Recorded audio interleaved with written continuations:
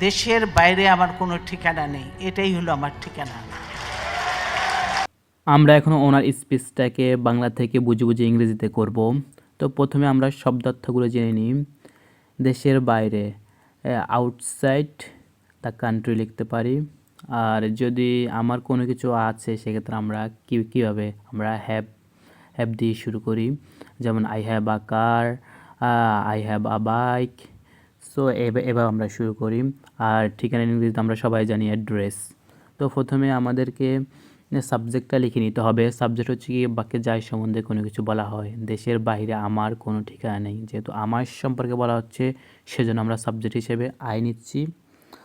আর যেহেতু এ বাক্যে কোনো ভার্ব আপনি খুঁজে পাবেন না, তো আমরা যদি আমার কোনো কিছু আছে, আমার অধিকারে কোনো কিছু আছে, সেক্ষেত্রে আমরা হ্যাভ ইউজ করে থাকি সচরাচর। তো আমাদেরকে হ্যাভ নিতে হবে।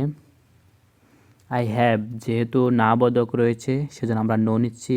আই হ্যাভ নো, তারপর হচ্ছে গিয়ে বাকি অংশ লিখে নিতে হবে। ঠিকানার ইংরেজি আমরা লিখব অ্যাড্রেস।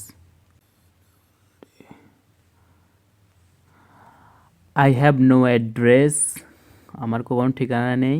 তারপর বাকি অংশ হচ্ছে কি দেশের বাইরে। তো দেশের বাইরে ইংরেজি হচ্ছে কি আউট সাইড দ্য কান্ট্রি। আপনারা বলতে পারেন এখানে দা কেন হয়েছে, যেহেতু একটা নির্দিষ্ট দেশকে বোঝাচ্ছেন তিনি, তো সেজন্য আমরা এখানে দা দিচ্ছি। Country, I have no address outside the country.